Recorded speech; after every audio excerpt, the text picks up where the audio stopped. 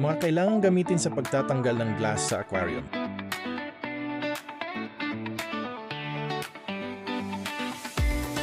Gloves, eyeglasses, glass pliers,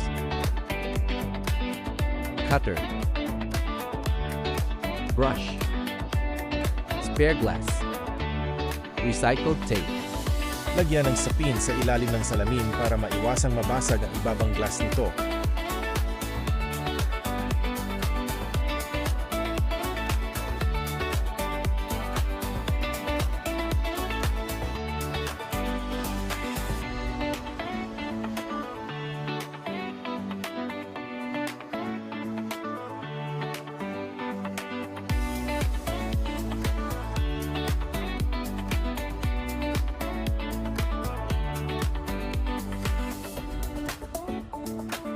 Dito ganamitan ko ito ng putol na metros na pwedeng makapasok sa masikip na parte ng pinagdiktan ng salamin.